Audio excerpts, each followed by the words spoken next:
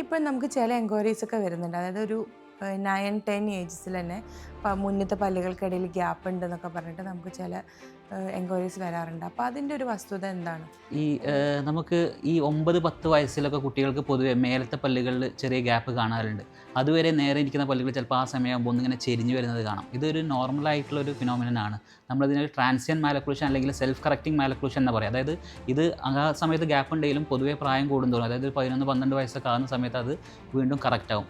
ഈ ഗ്യാപ്പ് വരാനുള്ള കാരണം എന്ന് പറഞ്ഞാൽ നമ്മളെ കെനൈൻ അല്ലെങ്കിൽ നമ്മൾ ആണിപ്പല്ല് എന്ന് വിളിക്കുന്ന പല്ല് അത് താഴത്തോട്ട് ഇറങ്ങി വരുന്ന സമയമാണ്. അപ്പോൾ ആ സമയത്ത് അത് വരുന്ന സമയത്ത് അതിൻ്റെ മുൻവശത്തുള്ള പല്ലുകളുടെ റൂട്ട്സ് ഇല്ലേ, വേരിന് ചാരിയിട്ടാണ് അത് വരിക. അപ്പോൾ അതിലൊരു പ്രഷർ കൊടുക്കുന്ന സമയത്ത് ഈ പല്ലുകളിനെ ഫ്ലെയർ ആയിട്ട് സൈഡിലോട്ട് പോകുന്ന കാരണം ഉണ്ടാകുന്ന ഒരു ഗ്യാപ്പാണിത്. നമ്മളിതിനെ അഗ്ലി ഡക്ലിംഗ് സ്റ്റേജ് എന്ന് വിളിക്കും.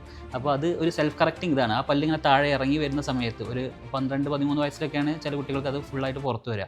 അപ്പോൾ ആ സമയമാകുമ്പോഴേക്കും അത് ഫുള്ളായിട്ട് താഴെ ഇറങ്ങി വരുന്ന സമയത്ത് ഇത് കൂടും, ഈ സ്പേസ് റെഡിയാവും. അപ്പോൾ സാധാരണ ആ ഒരു ഇത് കണ്ടിട്ട് നമ്മൾ ഓടിപ്പിടിച്ച് നമ്മൾ കമ്പി ഇടാനോ അങ്ങനത്തെ കാര്യങ്ങൾക്കോ മുതിരേണ്ട ആവശ്യമില്ല. അതൊരു നോർമൽ ഫിനോമിനൻ ആണ്.